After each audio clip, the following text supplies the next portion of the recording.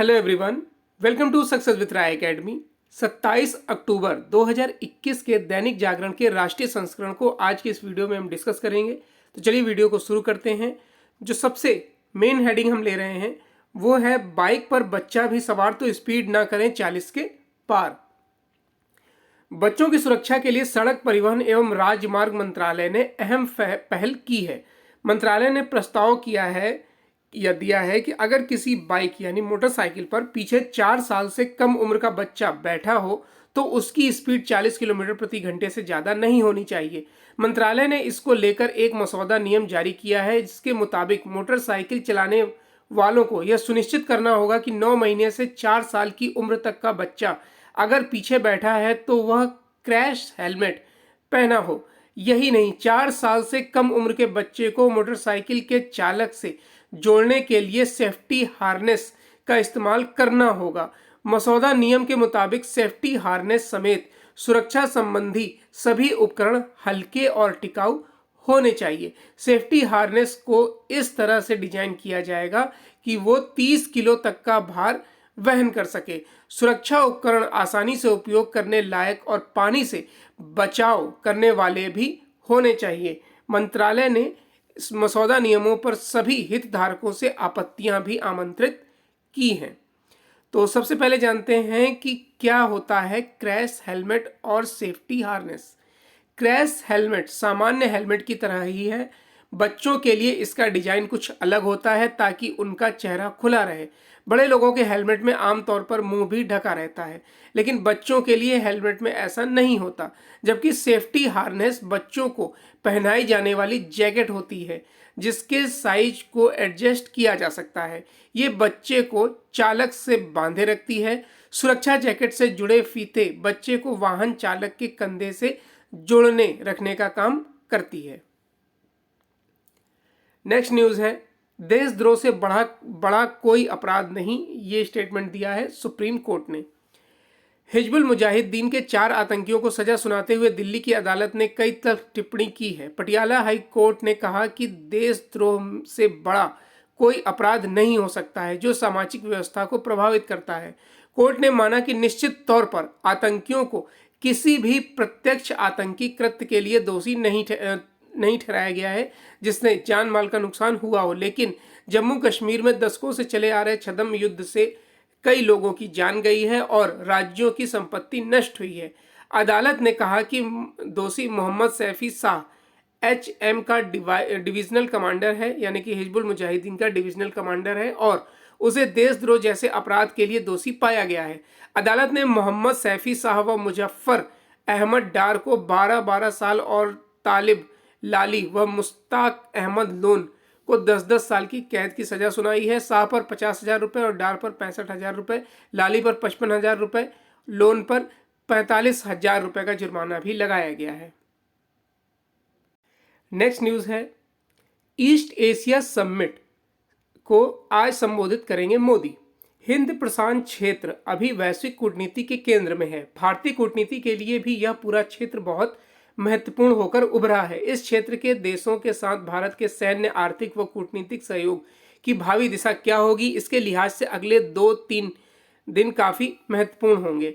वजह यह है कि इन 3 दिनों के दौरान east Asia summit, Bharat ASEAN सम्मेलन के साथ ही इंडो पैसिफिक रीजनल डायलॉग का आयोजन हो रहा है। पहली 2 बैठक में प्रधानमंत्री नरेंद्र मोदी भारत का प्रतिनिधित्व करेंगे। वहीं भारतीय नौसेना के सबसे बड़े आयोजन IPRD में रक्षा मंत्री राजनाथ सिंह, विदेश मंत्री S जयशंकर और पेट्रोलियम व प्राकृतिक गैस मंत्री हरदीप सिंह पुरी हिस्सा लेंगे। भारत और चीन के बीच बढ़ते मतभेद और हिंद प्रशांत क्षेत्र को लेकर बन रहे नए गठबंधन को देखते हुए ये तीनों बैठकों में होने वाली चर्चा बेहद अहम होगी। 16वें ईस्ट इंडिया समिट में प्रधानमंत्री बुधवार को हिस्सा लेंगे। वर्चुअल मोड में होने वाली इस बैठक में हिंद प्रशांत क्षेत्र के सभी प्रमुख देशों के राष्ट्राध्यक्ष हिस्सा लेंगे। 2005 में स्थापित इस संगठन ने पूर्वी एशिया में कूटनीति की दिशा देने में अहम भूमिका निभाई है। नेक्स्ट न्यूज है कि कंटेनर में बनेंगे 100 बेड के 2 सचल अस्पताल। केंद्र सरकार कंटेनर आधारित 2 सचल अस्पताल स्थापित करेगी। 100 बेड के इन अस्पतालों में सभी स्वास्थ्य सुविधाएं होंगी। यह जानकारी देते हुए केंद्रीय स्वास्थ्य मंत्री मनसुख मांडविया ने बताया कि प्रधानमंत्री आयुष्मान भारत स्वास्थ्य अवसंरचना मिशन के तहत ये अस्पताल स्थापित किए जाएंगे। इन्हें आपात स्थिति में किसी भी स्थान पर ले जाया जा सकेगा। मांडविया ने बताया कि इनमें से एक अस्पताल दिल्ली और दूसरा चेन्नई में स्थापित किया जाएगा। इन अस्पतालों को आपात स्थिति में हवाई मार्ग से या ट्रेन के जरिए कहीं भी ले जाया जा सकेगा। केंद्र सरकार ने स्वास्थ्य सेवा के क्षेत्र में प्रतीकात्मक नहीं बल्कि समग्र दृष्टिकोण अपनाया है। उन्होंने कहा कि कोरोना महामारी ने स्वास्थ्य सेवा संबंधी बुनियादी ढांचे में सुधार करने का अवसर दिया है और इसके लिए 64,000 करोड़ रुपए के निवेश के साथ प्रधानमंत्री आयुष्मान भारत स्वास्थ्य अवसंरचना मिशन की शुरुआत की गई है। नेक्स्ट न्यूज़ है बिजनेस पेज से। पहली न्यूज़ ले रहे हैं बिजनेस पेज में। ई श्रम पोर्टल पर 2 महीने में 5 करोड़ पंजीकरण। तो सबसे पहले जानते हैं कि ई श्रम पोर्टल क्या है। देखिए, केंद्र सरकार असंगठित क्षेत्र के श्रमिकों का डाटाबेस तैयार करने के लिए 26 अगस्त को ई श्रम पोर्टल की शुरुआत कर चुकी है। पोर्टल की शुरुआत के बाद असंगठित क्षेत्र के श्रमिक अपना रजिस्ट्रेशन करा सकते हैं। पोर्टल की शुरुआत के बाद असंगठित क्षेत्र के श्रमिक अपना रजिस्ट्रेशन करा सकते हैं। इसके लिए जन्म तिथि, होम टाउन, मोबाइल नंबर और सामाजिक श्रेणी जैसी जरूरी डिटेल भरने के साथ ही अपने आधार कार्ड नंबर के जरिए रजिस्ट्रेशन किया जा सकेगा। इसके बाद श्रमिक को एक ई श्रम कार्ड जारी किया जाएगा जिसमें 12 अंकों का विशिष्ट नंबर होगा। केंद्रीय श्रम एवं रोजगार मंत्री ने बताया, यह जानकारी दी कि पोर्टल की शुरुआत के साथ ही रजिस्ट्रेशन कराने में श्रमिकों की सहायता के लिए एक राष्ट्रीय टोल फ्री नंबर भी शुरू किया जाएगा, जिसका मकसद सरकार की सामाजिक सुरक्षा योजनाओं का एकीकरण करना है।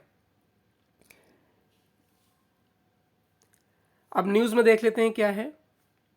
2 महीने में 5 करोड़ से भी अधिक कामगारों ने ई श्रम पोर्टल पर पंजीकरण कराया है। असंगठित क्षेत्र में काम करने वाले श्रमिकों से जुड़ा यह पहला राष्ट्रीय डेटाबेस है। जिन श्रमिकों ने पंजीकरण कराया है वे कंस्ट्रक्शन, अपैरल इंडस्ट्री, मछली पकड़ने, स्ट्रीट वेल्डिंग, घरेलू काम, कृषि और संबद्ध गतिविधियों सहित परिवहन क्षेत्र से जुड़े हैं। इनमें से कुछ क्षेत्र में बड़ी संख्या में प्रवासी कामगार काम करते हैं। कृषि और कंस्ट्रक्शंस 2 ऐसे क्षेत्र हैं जिसमें सबसे ज्यादा लोग जुड़े हैं। प्रवासी श्रमिकों सहित सभी असंगठित श्रमिक अब ई श्रम पोर्टल पर पंजीकरण के माध्यम से विभिन्न सामाजिक सुरक्षा और रोजगार आधारित योजनाओं का लाभ ले सकते हैं।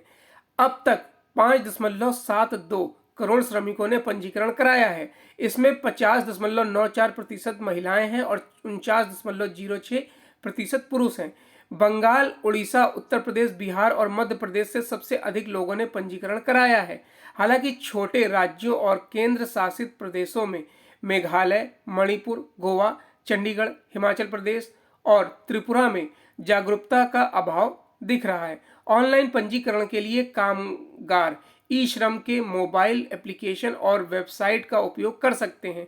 इसके साथ वे अपने आसपास के कॉमन सर्विस सेंटर, राज्य सेवा केंद्र, श्रम सुविधा केंद्र और चुनिंदा डाकघरों में खोले गए डिजिटल सेवा केंद्रों में जाकर भी पंजीकरण करा सकते हैं। नेक्स्ट है मेक इन इंडिया सेमीकंडक्टर के लिए आएगी इंसेंटिव स्कीम। तो सबसे पहले मेक इन इंडिया क्या है ये जान लेते हैं कि निर्माण को बढ़ावा देने एवं संवर्धन के लिए माननीय प्रधानमंत्री नरेंद्र मोदी ने 25 सितंबर 2014 को मेक इन इंडिया कार्यक्रम की शुरुआत की थी। इससे भारत को महत्वपूर्ण निवेश एवं निर्माण संरचना तथा अभिनव प्रयोगों के वैश्विक केंद्र के रूप में बदला जा सकेगा। मोदी सरकार ने भारत में कारोबार करने की प्रक्रिया को सरल बनाने के लिए कई कदम भी उठाए थे। इन कई नियमों एवं प्रतिक्रियाओं या प्रक्रिया को सरल बनाने के साथ इसके साथ ही वस्तुओं को लाइसेंस की जरूरतों से हटाया गया। सरकार का लक्ष्य देश में संस्थाओं के साथ साथ अपेक्षित सुविधाओं के विकास द्वारा व्यापार के मजबूत बुनियादी सुविधाएं उपलब्ध कराना है। सरकार व्यापारिक संस्थाओं के लिए आधुनिक प्रौद्योगिकी को भी स्थापित करना चाहता है।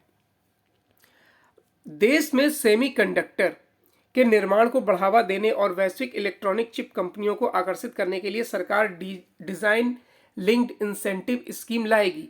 क्वालकॉम, मीडियाटेक, इंटेल, इफिनियन और टेक्सास इंस्ट्रूमेंट्स जैसी वैश्विक कंपनियों के रिसर्च और डेवलपमेंट सेंटर देश के अंदर हैं जो उनके चिपसेट विकास में योगदान करते हैं। एक अधिकारी ने बताया कि सरकार एक नई semiconductor design linked incentive scheme लाने पर विचार कर रही है। इसके तहत एमएसएमई और स्टार्टअप को न केवल वित्तीय मदद दी जाएगी बल्कि मैन्युफैक्चरिंग के दौरान भी प्रोत्साहन दिया जाएगा। इतना ही, जब ये स्टार्टअप चिप का उत्पादन और बिक्री शुरू करेंगे तो वे शुद्ध बिक्री पर अतिरिक्त प्रोत्साहन का भी लाभ उठा सकेंगे। सूचना प्रौद्योगिकी राज्य मंत्री राजीव चंद्रशेखर ने पिछले सप्ताह कहा था कि सरकार इस क्षेत्र में रोड मैप पर चर्चा के लिए नवंबर में सेमीकंडक्टर कंपनियों के एक सम्मेलन की मेजबानी करेगी।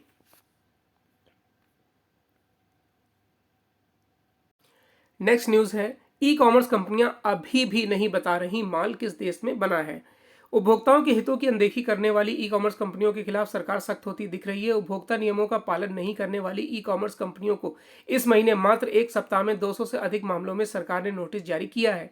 इन कंपनियों से 16 से 26 अक्टूबर के दौरान बतौर जुर्माना 41,85,500 रुपए की वसूली की गई है। सरकारी नियमों की अधिकतर अनदेखी इलेक्ट्रॉनिक्स व गारमेंट्स उत्पादों की बिक्री में की गई है। उपभोक्ता मंत्रालय के मुताबिक नेशनल हेल्पलाइन पोर्टल पर ई कॉमर्स कंपनियों के खिलाफ उपभोक्ता की तरफ से लगातार शिकायत मिल रही थी और उसे ध्यान में रखते हुए मंत्रालय ने कंपनियों पर कार्रवाई की है। उपभोक्ता मंत्रालय की तरफ से दिए गए नंबर पर किसी भी समय ग्राहक ई कॉमर्स कंपनियों के खिलाफ शिकायत कर सकते हैं।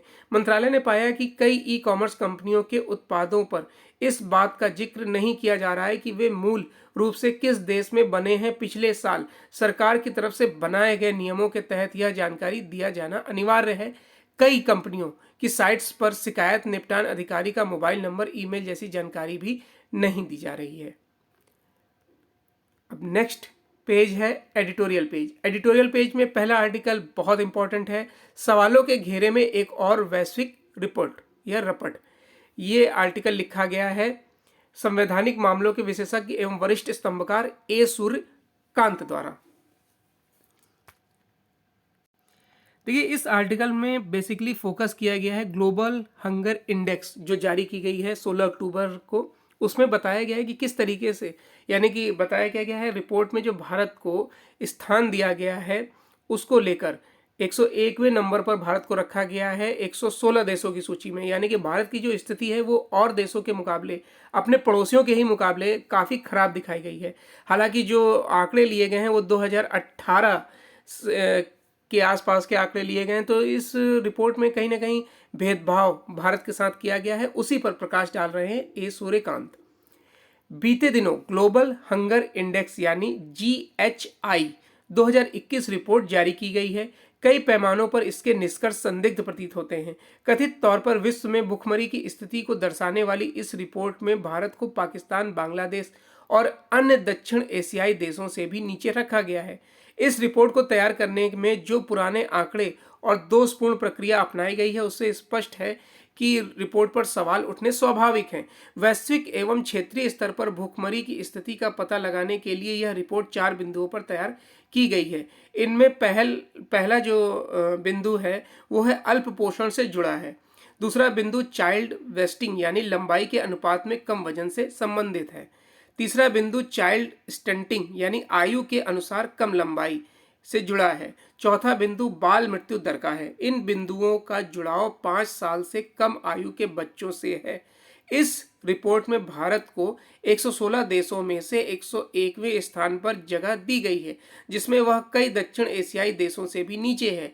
इसमें भारत को 27.5 का स्कोर प्राप्त हुआ है। वहीं 18 देश ऐसे हैं जिन्हें 5 से भी कम का स्कोर मिला है। इसमें कम स्कोर बेहतर प्रदर्शन माना जाता है। भारत पिछले वर्ष 94वें स्थान पर था, लेकिन इस साल फिसलकर 101वें स्थान पर पहुंच गया है। इसकी तुलना में 65वें स्थान पर श्रीलंका, 76वें स्थान पर नेपाल और 92 नंबर पर पाकिस्तान दिखाया गया है। GHI की रैंकिंग में 5 वर्ष से कम आयु के जिन बच्चों के आंकड़े लिए गए हैं वे 2016 से 2018 के हैं। अब चाहे तस्वीर उससे बुरी हो या बेहतर, लेकिन ये आंकड़े मौजूदा जमीनी हकीकत को नहीं दर्शाते। इतना ही नहीं, रिपोर्ट तैयार करने में FAO के जिन आंकड़ों को आधार बनाया गया है, उन्हें जुटाने के लिए जो प्रक्रिया अपनाई गई है वह भी सवालों के घेरे में है। दरअसल FAO के लिए ये आंकड़े गैलप नाम की संस्था ने टेलीफोन पर सर्वे के आधार पर तैयार किए हैं। सर्वेक्षणकर्ताओं ने कोविड-19 के दौरान रोजगार की स्थिति, नौकरी या कारोबार में नुकसान जैसे सवाल भी पूछे हैं, जबकि इस दौरान सरकार ने खाद्य उत्पादों की सुनिश्चित आपूर्ति के लिए एक व्यापक अभियान चलाया है। लेकिन लोगों से यह पूछा ही नहीं गया कि क्या उन्हें खाद्य उत्पाद मिलते हैं। इस तथ्य में भी उतनी ही विसंगति है कि अल्प पोषण को वैज्ञानिक रूप से मापने के लिए लंबाई और वजन मापना आवश्यक है, लेकिन हंगर इंडेक्स में गैलप के फोन से हुए सर्वे पर ही भरोसा किया गया है। विवादित पेच केवल इतने ही नहीं हैं। रैंकिंग में शुरुआती 18 देश वर्ष 2000 में 5 या 5.5 कम दायरे वाले थे, जिन्हें अपनी स्थिति कायम रखनी थी। एक स्पष्ट रुझान यह भी दिखता है कि जब से चीन ने संयुक्त राष्ट्र के लिए अपना वित्तीय योगदान बढ़ाया है, तब से वह इस वैश्विक संस्था और इसकी एजेंसियों के कामकाज को प्रभावित करने की कोशिश में जुटा है।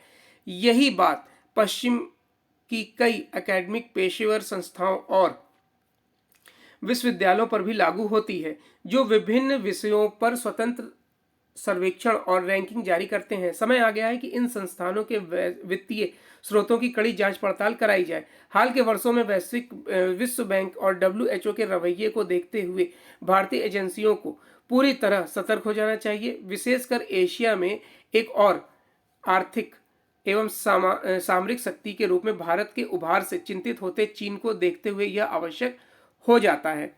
देखिए, अगर हम बात करें वैश्विक भूख सूचकांक या ग्लोबल हंगर इंडेक्स की, तो एक ऐसा उपकरण है जो विश्व स्तर पर और देश के आधार पर भूख को मापता और ट्रैक करता है। GHI की वार्षिक गणना की जाती है। इसके परिणाम प्रत्येक वर्ष अक्टूबर में जारी किए जाते हैं।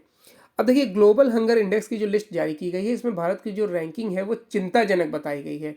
वो 101 नंबर पे है और भारत उन 31 देशों में शामिल है जहां पर भूखमरी की समस्या काफ़ी गंभीर मानी गई है। पिछले साल भारत 94 नंबर पर था और टोटल 107 देशों के आंकड़े लिए गए थे, उनमें 107 में 94 नंबर पर था। अब देखिए, बांग्लादेश जैसे कि जो पड़ोसी देश हैं, पाकिस्तान 92 नंबर पर है, नेपाल 76, बांग्लादेश जैसे जो देश हैं वो अच्छी स्थिति में है भारत से। म्यांमार 71 नंबर पर है।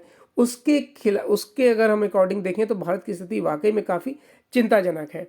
हमने आर्टिकल में पढ़ा WHO के बारे में, तो WHO के बारे में थोड़ा सा जान लीजिए कि विश्व स्वास्थ्य संगठन विश्व के देशों के स्वास्थ्य संबंधी समस्याओं पर आपसी सहयोग एवं मानव को स्वास्थ्य संबंधी समझ विकसित करने की संस्था है।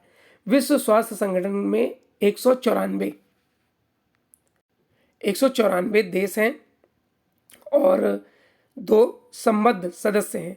यह संयुक्त राष्ट्र संघ की एक अनुषांगिक इकाई है। इस संस्था की स्थापना 7 अप्रैल 1948 को की गई थी। वहीं पर अगर हम बात करें कि जो और भी रिपोर्टें हैं, उसमें एक रिपोर्ट है कि ईज ऑफ डूइंग बिजनेस। इसकी अगर हम बात करें तो वर्ष 2020 में भारत की रैंकिंग 63 रही थी ईज ऑफ डूइंग बिजनेस में। इसकी एक बड़ी वजह मौजूदा प्रधानमंत्री नरेंद्र मोदी सरकार द्वारा किए गए आर्थिक सुधारों को माना जाता है। वर्ष 2014 में जब वह प्रधानमंत्री बने थे, तब इस रैंकिंग में भारत का स्थान 142 था। 2017 में 130, 2018 में 77 हुआ था और 2020 में 63वें नंबर पर रहा था ईज ऑफ डूइंग बिजनेस में।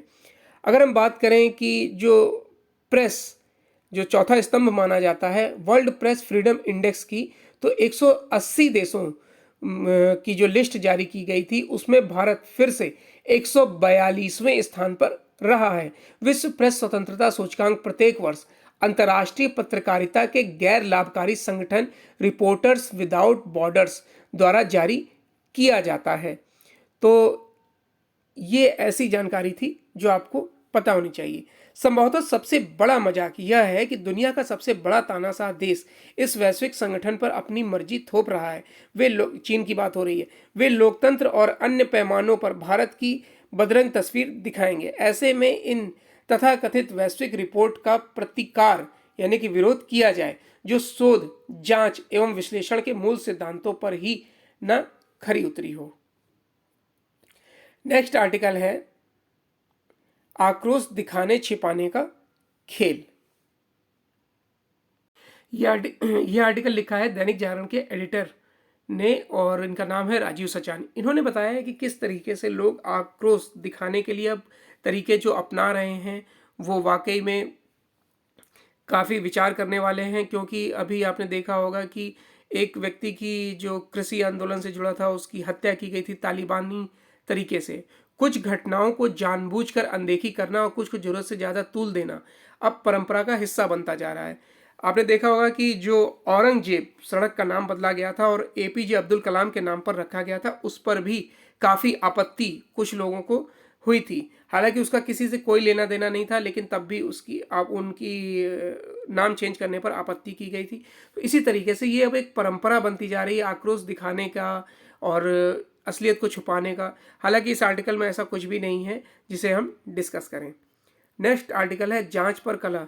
ये ड्रग्स मामला है जिसमें शाहरुख खान के लड़के जो पुत्र हैं आर्यन खान, वो गिरफ्तार हुए थे। ये भी एग्जाम के पॉइंट ऑफ व्यू से इंपॉर्टेंट नहीं है। इंटरनेशनल पेज पर आते हैं तो पहली न्यूज़ है कि इंडोनेशिया के पहले राष्ट्रपति की पुत्री सुकमावती ने इस्लाम छोड़ हिंदू धर्म अपनाया। दुनिया के सबसे ज़्यादा मुस्लिम आबादी वाले देश इंडोनेशिया के संस्थापक राष्ट्रपति सुकर्णो की सबसे छोटी बेटी सुकमावती सुकर्णो पुत्री ने इस्लाम धर्म को छोड़कर हिंदू यानी कि सनातन धर्म अपना लिया है। मंगलवार को बाली में सुकर्णो हेरिटेज सेंटर में आयोजित सुधी वडानी समारोह में सुकमावती ने हिंदू धर्म को स्वीकार किया। सुकमावती के इस कदम को दूसरे मुस्लिम बहुल देशों में ईश निंदा माना जाएगा, परंतु इंडोनेशिया में उसका मतांतरण बिना किसी विरोध के हो गया।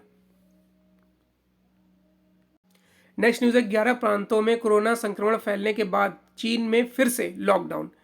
चीन में कोरोना संक्रमण के प्रसार से घबराकर फिर से लॉकडाउन लगा दिया गया है। पिछले हफ्ते के बाद देश के 11 प्रांतों में कोरोना के 100 से ज़्यादा नए मामले सामने आए हैं। राष्ट्रीय स्वास्थ्य आयोग के प्रवक्ता मी फेंग ने रविवार को संवाददाता सम्मेलन में कहा कि 17 अक्टूबर से चीन के विभिन्न हिस्सों में कोरोना के मामले तेजी से बढ़ रहे हैं। फेंग के अनुसार देश की 75% यानी 1 अरब से ज़्यादा आबादी का टीकाकरण किया जा चुका है। इसके बावजूद कोरोना संक्रमण तेजी से फैल रहा है। चीन में लंबे अंतराल के बाद पहली बार 16 अक्टूबर को पर्यटकों के लिए एक समूह में कोरोना की पुष्टि हुई थी। तो ये आज का यानी 27 अक्टूबर 2021 का दैनिक जागरण का राष्ट्रीय संस्करण था। आई होप आपको वीडियो अच्छा लगा होगा। अगर वीडियो अच्छा लगा हो तो लाइक और शेयर कर दीजिएगा। वीडियो देखने के लिए धन्यवाद।